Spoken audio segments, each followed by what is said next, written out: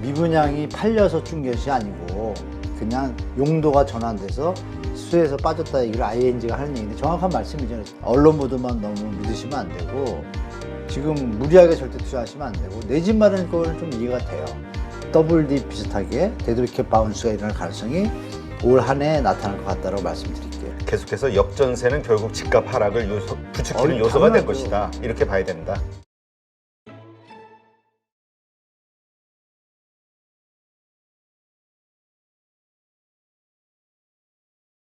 오늘 모신 분은 한문도 교수님입니다. 안녕하세요. 네, 안녕하세요. 네. 자, 우리 교수님 계속해서 이제 그 언론에서 발표되는 여러 가지 그 부동산 지표들 네. 관련해서 무조건 신뢰하면 안 된다 이런 말씀을 하셨는데 예, 이번에 예. 그 ING에서 글로벌 금융사죠.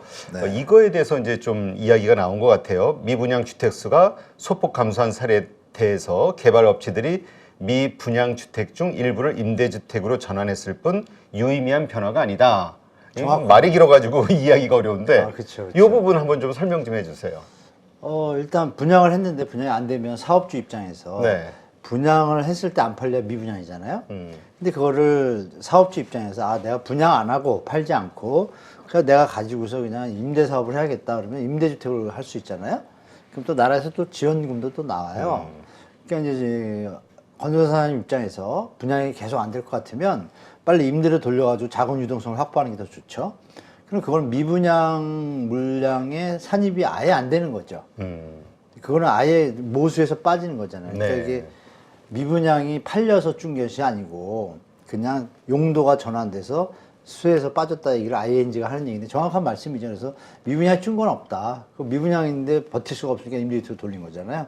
그렇게 해석하시는 게 좋고 또 시청자분들 아시겠지만 제가 한국부동산원에 저번 주, 저저번 주 두 주 연속해서 서울이 2, 3주 뭐 상승했다 떴잖아요. 네. 그중에서 잘못된 팩트가 있어가지고 제가 다른 방송에도 말씀드리고 뭐 한국부동산 통계 틀렸다 하고 물음표 틀렸다고 이렇게 했어요. 그래서 확인했습니다. 부동산원에 확인했는데 부동산원이 공공기관이니까 제가 또 그 입장도 해야 되니까 근데 통계라는 것은 사실 정확한 표본에 의해서 정확하게 뽑아들이 국민들이 그걸 보고 활용하고 시장 참여자들이 그걸 데이터로 해서 앞으로 미래 자산 관리를 할 거 아닙니까? 근데 그런 부분에서 제가 볼 때 팩트상 이렇게 말씀드릴게요.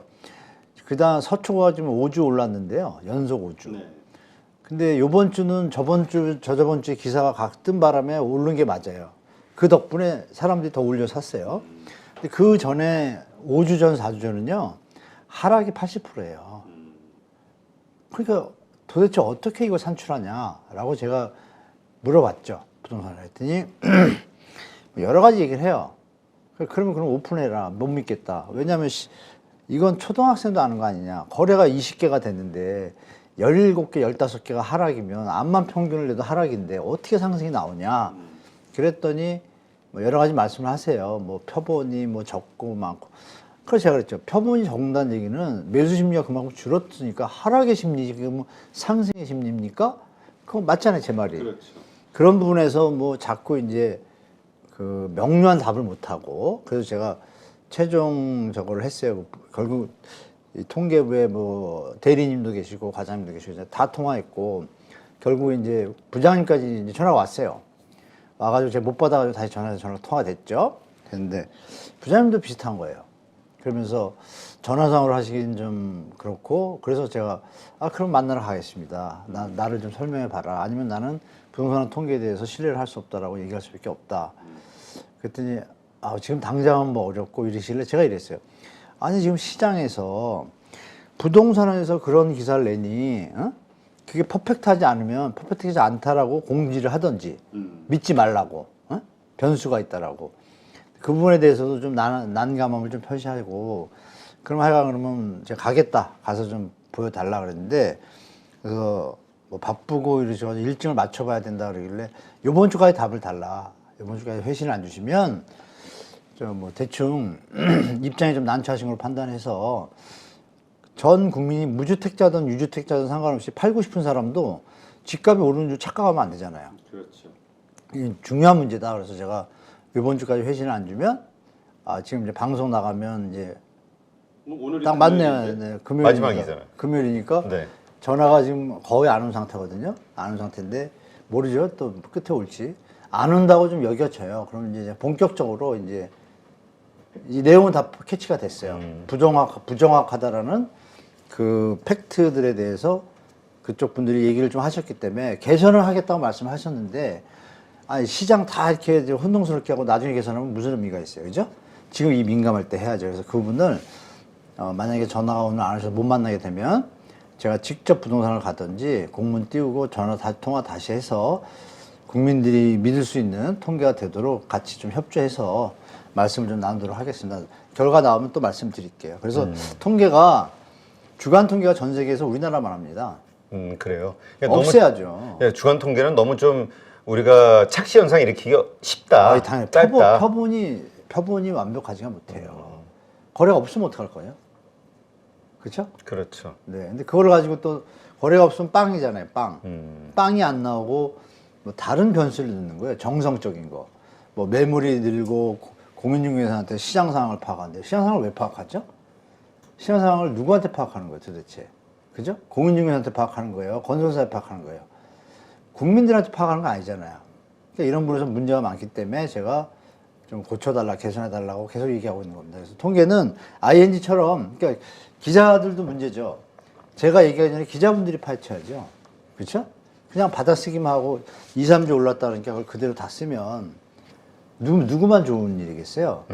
그렇지 않아도 집값이 폭등해가지고 얼마나 젊은이들하고 무주택자들이 고생을 너무 많이 했는데, 심하면 지금 전세 사기 문제까지 있는데, 언론사분들이 좀 더 좀 마음을 다져잡고 팩트로 좀 가야 된다. 좀 이런 거 좀 말씀드리겠습니다.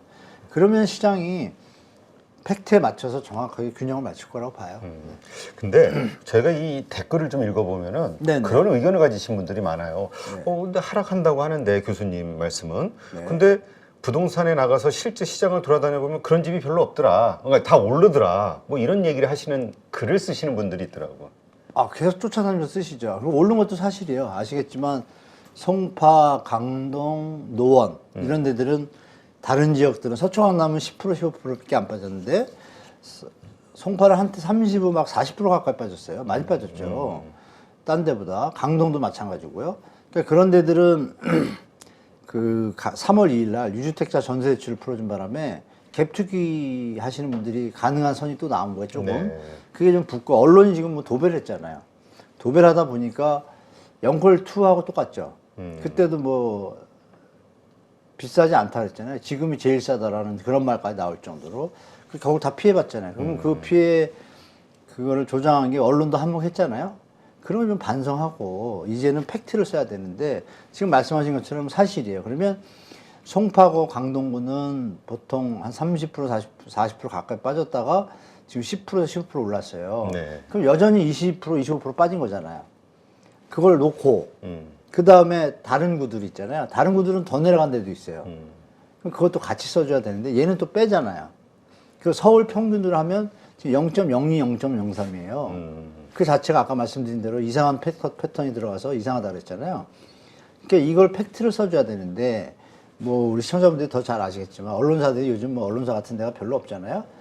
그러니까 다 그냥 받아쓰고 그냥 광고주 위한 기사편을 쓰다 보니 요즘은 이제 우리 같은 파리로 뭐 몇 개 좋은 유튜브 있잖아요.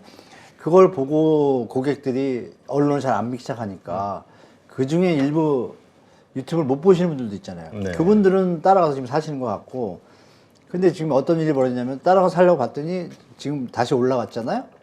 다시 올라가니까 부담되는 가격이 된 거예요, 다시. 그래서 지금 6월달, 저는 5월로 봤었는데, 5월은 그냥 이어져 있고, 기사가 워낙 많이 나와서, 6월, 7월 들어가면서 역전세난하고 겹쳐가지고, 이제 이런 실제 상황들이 하락 분위기가 좀 나올 것 같아요. 그래서 예. 지금 거래량이 회복되고 있다. 이것도 사실 말씀하신 대로 좀 이렇게 편차를 기한을 좀 적정하게 두고 보면은 그렇죠. 평균치가 나오는데 맞아요. 이번 주에 갑자기 급락 매물이 나온 데들, 급매물이 나온 데들은 뭐 그게 또 그 하나의 뭐죠? 그 편법이 아니죠. 그 뭔가 이상 착오를 일으킬 수도 있는 거겠네요. 많죠. 통계상으로. 그럼 맞죠. 물론 부동산에도 말씀하시기를 너무 높거나 너무 낮은 건 뺀다고 하는데, 그래서 제가 얘기했죠. 그걸 빼도 평균이 하락이 나오는데 왜 상승이 하니까 답변은 명확하게 못 하셨는데, 기사들이 좀 문제인 것 같아요. 기사들이 자꾸 또 그쪽으로 쓰다 보니까 그 그림 하나 제가 보여드릴게요. 여러분 기사 요즘 패턴이 뭐예요? 거래량 늘어 뭐 상승 바닥 계속 이러잖아요. 저번에 한번 보여드린 것 같은데 그림 보시면 이거 보세요. 이게 2009년도예요. 여기가요. 그리고 여기 보시면 서울시 월별 아파트 거래량이거든요. 네. 2009년도 1월 이때 지금처럼 똑같이 규제 완화 대책을 펼쳤어요. 다 풀어주고 재건축도 풀어주고 전매제한 풀어주고 또 분양가 상한도 일부 지역은 해제하고 다 했어요. 똑같아요. 그리고 그때는 DSR이 없었잖아요. 그때는 그 대신에 LTV를 70%로 확대해줘요. 그러니까 뭐 시장이 살아났죠. 바로 이렇게 보면 쭉 올라가잖아요. 네. 그래서 뭐 5천, 6천원대 금세 가고 9월부터는 막 8천, 7천대까지 갑니다. 그죠? 근데 여기 보시면 지금 보면 어때요? 3천대에서 우리가 계속 머물고 있잖아요. 그러니까 반토막인 거야. 예전에 효과보다. 근데 여러분 생각해 보시죠. 그때는 아파트가요. 벌써 2009년이면 14년 전이에요. 15년 전. 그때 서울의 아파트 숫자가 130몇만이에요. 지금 168만 한 30만, 40만 채 늘었거든요. 네.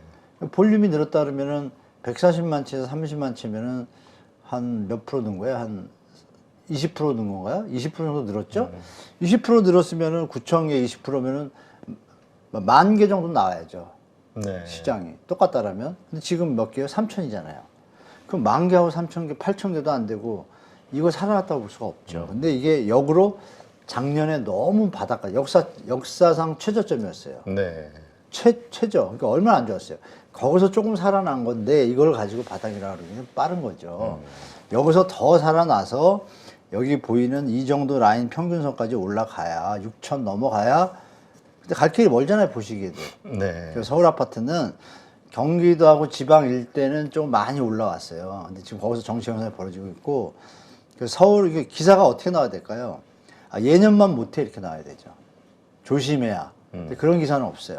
그냥 무슨 기사만 있어요? 이 최저점일 때보다 뭐 2배 늘어 뭐 이런 얘기만 나오잖아요. 근데 여기서 보시면 안 된다 이거죠. 그 얘기 뭐냐? 물건이 더 늘어났는데도 사는 사람은 더 적어진 거잖아요. 극과 극이잖아요. 그래서 시장을 언론 보도만 너무 믿으시면 안 되고 지금 무리하게 절대 투자하시면 안 되고 내 집 마련일 거는 좀 이해가 돼요. 자기 소득이 뭐 한 30, 35%다. 그래서 아 머리 아프잖아요. 자꾸 이러니까. 그럼 됐다. 좀 많이 떨어지는데 내가 사겠다. 이런 건 제가 괜찮다고 봐요. 근데 그렇지 않고 이 와중에도 2030이 많이 사잖아요. 그렇죠. 그건 아직도 투기성이 있는 거거든요. 그분들은 정말 조심하셔야 돼요. 제2의 영끌 이때도 똑같이 나왔어요. 여기 한 번 더 보면 9년도에서 11년도에 마지막 펌핑하고요. 이때부터 상호저축은행은 다 부도나고 난리 났었잖아요. 그 이게 쭉 바닥이 돼가지고 거래량이 늘어난 거예요. 가격이 확 내려오니까 거래량이 늘어나잖아요. 이게 정상이잖아요. 가격이 내려와서 정상 가격이 되니까 거래량이 기준을 유지하거든요. 네. 이렇게 될 가능성이 높다. 그 얘기 뭐냐? 다시 한번 더블 D 비슷하게 데드리캡 바운스가 일어날 가능성이 올 한 해 나타날 것 같다고 말씀드릴게요. 네. 지금 계속해서 이제 이 역전세에 대한 그 경고들이 나오고 있는데, 네네. 근데 이 역전세가 일어나는 것 자체가 결국은 직급 하락을 또 예시하는 거 아니냐, 네, 부추기죠. 이렇게 얘기하는 분들 그렇게 알고 있는데 네네. 그게 아닐 수도 있다. 누가요? 그러니까 역전세하고 집값 하락하고는 상관없다. 어떤 사람 그래요? 그런 분이 있더라고요. 진짜요? 한번 저랑 얘기했으면 좋겠네. 어. 어떤 논리에서 그렇게 얘기를 합니까?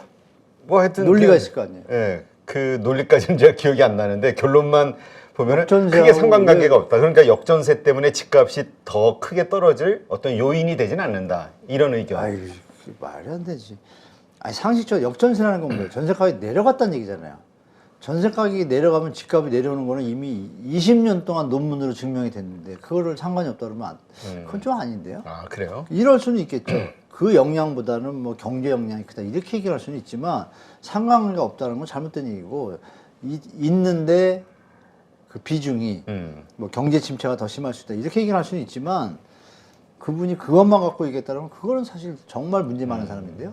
일단 우리는 그러면 계속해서 역전세는 결국 집값 하락을 부추기는 어이, 요소가 될 당연하죠. 것이다. 이렇게 봐야 된다. 보는 게 아니라 팩트입니다, 대표님. 팩트. 여러분 생각해 보세요. 역전세가 났어요. 났는데 이거를 감당 능력이 없으면 집을 어떻게 되죠? 팔게 되잖아요. 팔아야죠. 그러면 지금도 물량이 많은데 또 팔려고 내놓으면 이분은 경매로 나가기 때문에 제값도 못 받아요. 그러면 그 값이 또 기준이 돼요. 부동산 하락기에는 최하락 가가 기준가가 돼요. 더 올라가질 못해요. 지금처럼 뭐 정부에서 대책을 써가지고 일시적으로 올라가나 전체 흐름으로 볼 때 금리가 지금 낮춰질 것도 아니란 말입니다. 그러면 이자를 못 갚아가지고 역전세 보증금 내줄 돈도 없는 사람이 집을 갖고 있을 능력이 됩니까? 그 사람이 그 집을 갖고 있으면 그 집이 거품이 있던 거 아니에요. 거품이 빠지면 내려가는 거 아니에요, 당연히? 그렇죠. 제 말이 좀 순리적이지 않나요? 네. 네, 저는 무조건 내려간다고 봅니다. 예. 요즘 그래서 그 특히 구축 아파트들 네. 아무래도 이제 오래된 아파트들이 좀 더 인기가 없겠죠. 이런 집들의 그 역전세 상황이 좀 더 심각해졌다. 이런 네. 뉴스도 좀 나오고요.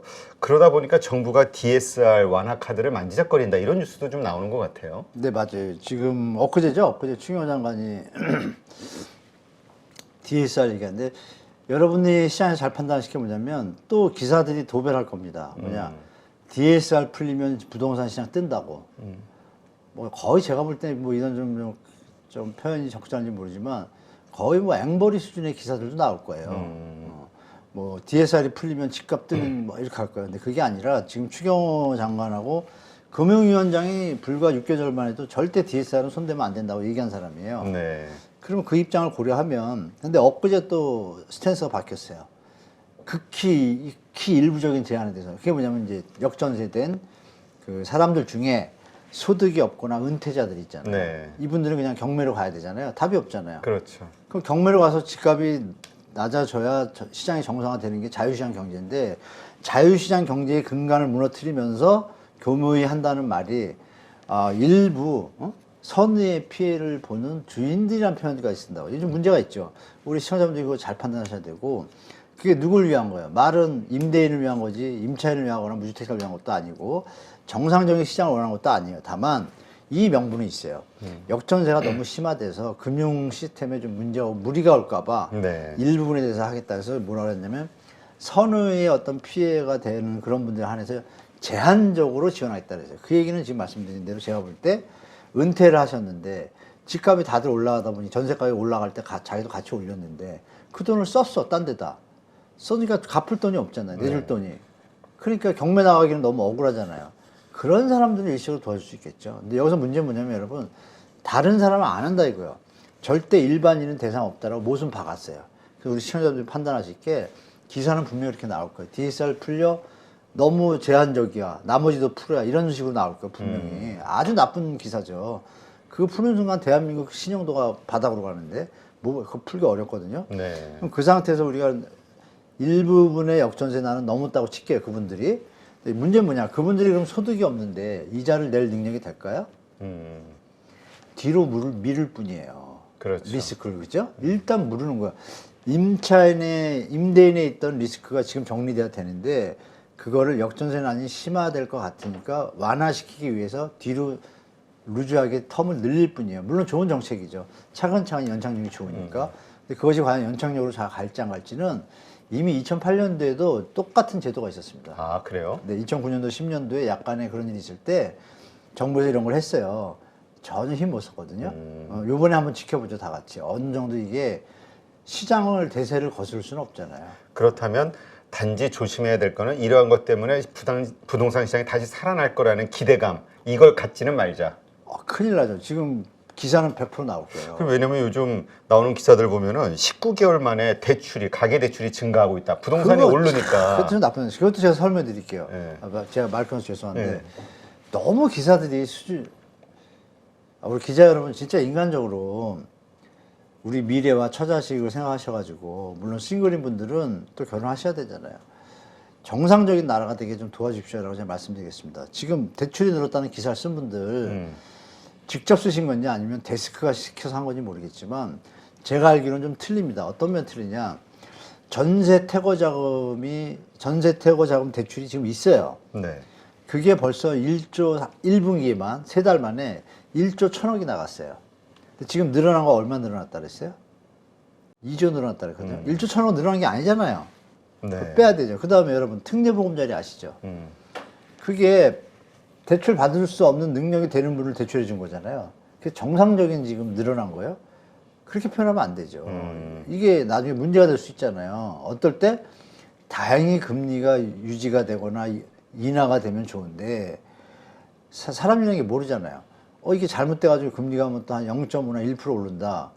이러면 난리 나는 겁니다, 진짜. 더 큰 일이 터지는 거죠. 그래서 그런 부분을 좀 같이 보셔라라고 좀 말씀드릴게요. 네, 알겠습니다. 하여튼 이러한 그 뉴스들 때문에 부동산 시장이 다시 올라가고 있다. 이러한 너무 현혹되지 예, 마셔라. 현혹되지 말고 한번 정확하게 그 팩트 체크를 또 한번 해보시기를. 이것도 말씀드릴까요? 우리 시청자분들 위해 가지고 제가 그림 하나 또 있는데요.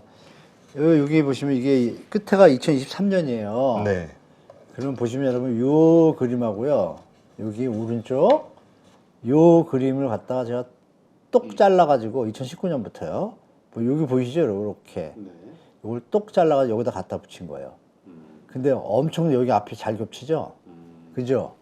그리고 그때는 이렇게 규제 완화 대책을 쓰고 막 풀어줄 때 재건축 막 풀어주고 그랬거든요. 쭉 가고 여기 보면 2008년이니까 2009년 1월에 발표했거든요. 규제 완화하고 대출 완화를 팍 올라가잖아요. 둘 다 효과가 있어요. 효과 당시 일시적으로는 네, 일시로 그래도 꽤 효과가 있었죠. 막 6개월 막 가니까. 네, 지금은 어때요, 여러분? 다시 떨어졌다. 지금 이거 거의 이거 똑같은 수치예요. 이때는 2만 건을 찍었는데 이거 0건일 때예요, 우리. 이거 2006년도 미친 집값일 때 파란 게 15,000건 찍었단 말이에요. 2만 개 가까이 찍었어요, 미친 집값일 때. 그때는 제가 말씀드렸잖아요. 집수도 적다고. 네, 적은데 2만 개면 지금은 2만 5천 개, 3만 개 찍어야죠. 반토막 15,000이잖아요. 0건 할 때. 그러니까 그만큼 유효 수요가 적어진 거예요. 집값이 너무 비싸니까. 네. 그럼 여기서 보면 지금 요번에 대책을 이게 연도를 하면 2023년이에요. 이게 1월. 네, 2009년 1월하고 똑같아요, 아주. 근데 얘는 힘이 어때요? 너무 약하죠. 이때 올라갔어요. 더 중요한 건 뭐냐. 이 뒤로 가격이 쭉 빠집니다. 이렇게 쭉 2013년 말까지 5년 동안 네, 쭉 빠지면서 거래량이 바닥 갔을 때 많이 늘어나요. 가격이 싸지니까. 네, 그러면 이 그림에 우리가 연장해서 보면 얘는 어떻게 될까요? 이렇게 기겠죠. 네. 그럴 가능성이 높잖아요. 그 얘기는 약간 데자뷰 같은 느낌이 들지 않아요? 보시면 너무 겹치잖아요, 여기. 그죠? 네. 여기 힘이 약하고, 그죠? 너무 쉽게 현혹되지는 말자. 네, 이게 올라가가지고 우리 영끌 때처럼 여기까지 올라오려면 이게 어떻게 가야 돼요? 주식으로 말하면 이거, 뭐 6년 걸려야 되는데, 말도 안 되죠. 7년 뒤에는 가능하겠죠. 그죠? 네. 그 사이에 돈이 느니까 소득이 늘고. 그러니까 지금 2, 3년 동안은 전혀 아니다. 보여주잖아요, 그림이? 네. 알겠습니다. 참고하시면 좋겠습니다. 네.